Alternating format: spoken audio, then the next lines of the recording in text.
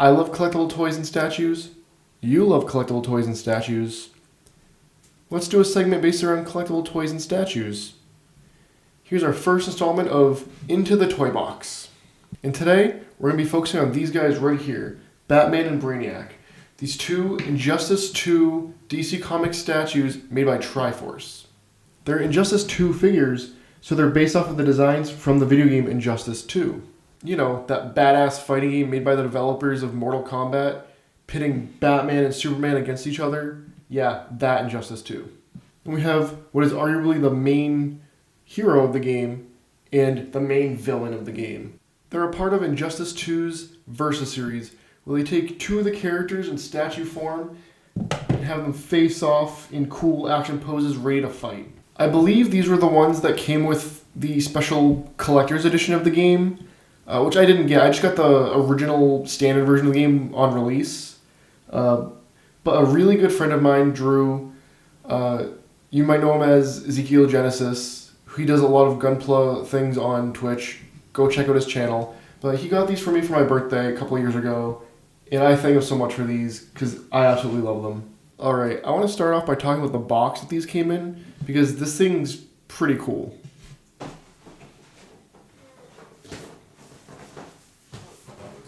Sorry, I gotta move Brainiac here. Hopefully he doesn't murder me later. Here's the box. On the front we've got Batman with his kryptonite armor ready to fight Superman. And on the side here we have the Flash. So he's fighting the Flash. Pretty misleading. You'd think that Brainiac would be here instead of the Flash, because these are the only two characters seen on the box. Just slip this off. We revealed a symbol here that I believe just belongs to the Bat computer. Let's see if I can open this thing back up, because it was pretty tough the first time. I'm so afraid of ripping it.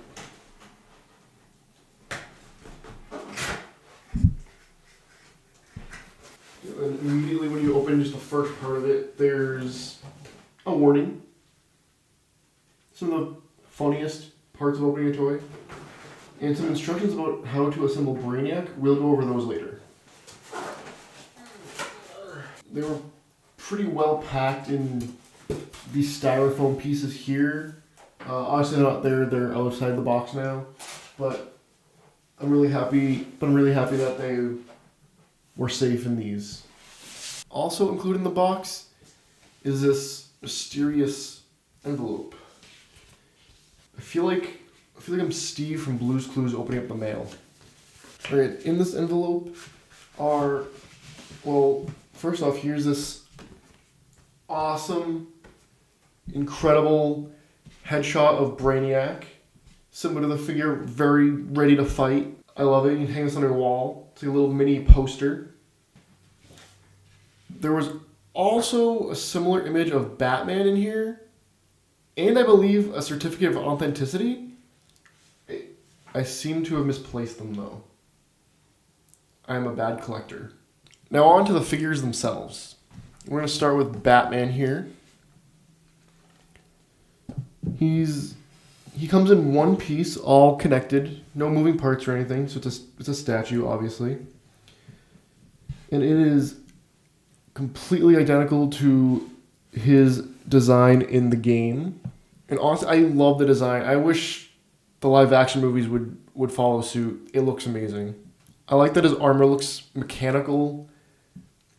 Even the bat symbol kind of matches that mechanical armor look. If you look closely on his knuckles, they look reinforced. So if he punches you, it's going to hurt bad.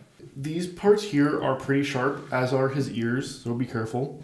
But I do like that because these on his arm would be very sharp because, again, he uses these to fight crime. What's really interesting about this Batman design, and I think it's the same way in the game, there's no utility belt. Where does he keep his gadgets? Are they just like inside these little leg pieces here. And on his back, on his iconic cape, if you look closely, you can like see the fibers of the fabric on his cape. You might not be able to tell in the video, but it looks lifelike. It's incredible. And with the stand, he stands at about just over 9 inches tall. So it's a pretty good size figure. It's not too big, it's not too small. Man, and what's weird about some of the armor is it looks like he added like mechanical abs to it. Let's look at the expression on his face and his posture. It's a fighting game. He's ready to fight. It looks intense. It looks like something that I want to see him look like in a Batman movie. I want to see him take on whatever enemy he's about to fight in this stance. I do not want to be on the receiving end of any of his punches. He looks like he means business. And if you look really closely, you can see his very realistic looking blue eyes. There's a lot of detail in this figure. Let's talk about the stand. In Injustice 2, the Batcave is actually in an abandoned subway, and the stand reflects that. It appears that the stand is based on the abandoned subway Batcave design. You can see the numbers on it in the welded together metal. Obviously, this is not real metal. This is all plastic. Maybe some vinyl. But it looks like he's in that playable Batcave stage in the game that takes place in that abandoned subway, which just adds to how much these figures look like they're actually in the game, like they stepped out of the game itself. And on the bottom of these stands, it just has the Injustice 2 logo and the logos of the different companies involved. Triforce, who made the figures, DC Comics, Warner Brothers Games, and NetherRealm Studios that all worked on the game. But what a perfect statue to represent Batman in a fighting game. Definitely ready to fight. Now on to Brainiac, the Collector of Worlds. This figure is incredible. He stands at a little over 10 inches. As you can see, there's a lot going on with this one. Unlike Batman, as the box pointed out, there was some assembly to him. Primarily just the tendrils. So these tendrils, these Doc Ock-esque arms on his back there, do come off.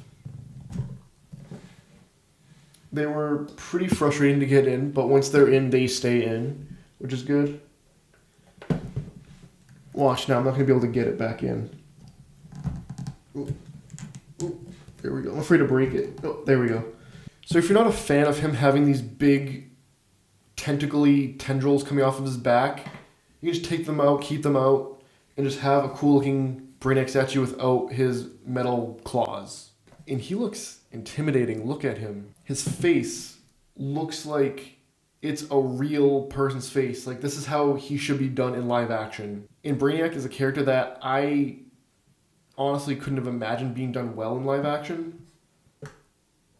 But he looks like a real person with traditional makeup on, and it looks amazing. His facial expression just looks uncaring about life, the life that he's taking, and that matches his personality perfectly.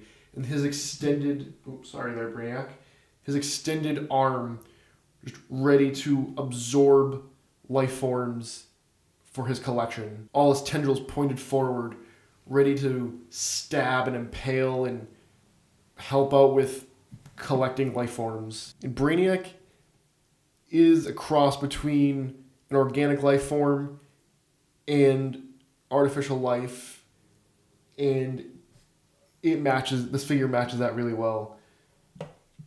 I love all these like metallic looking parts. Again, like Batman, there's no real metal here, it's all plastic and vinyl. If you look closely, you can see a lot of robotic armor and his iconic headpiece that he uses to control and manipulate machinery. I think back to the Brainiac in the old Justice League and Justice League Unlimited cartoons, and he did not look as well detailed or as cool as this. And I love that design, I love that cartoon. And in some places like here on his arms, you can see a little bit underneath his robotic armor, and it looks almost a little bit like a mixture between chainmail and Kevlar. It almost looks similar to what Superman wears in Man of Steel. That kind of material. His stance tells me like he doesn't even want to fight. Not that he wants peace, but he just doesn't care to fight. He's just going to kill you no matter what. Perfect for a final boss in a fighting video game.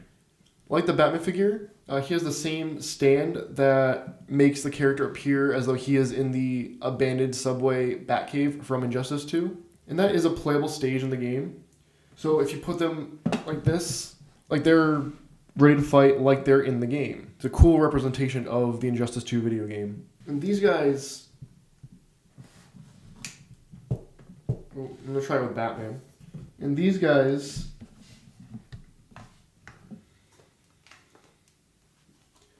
Well, I can't get them off now, but they did not come on these stands. They do come off.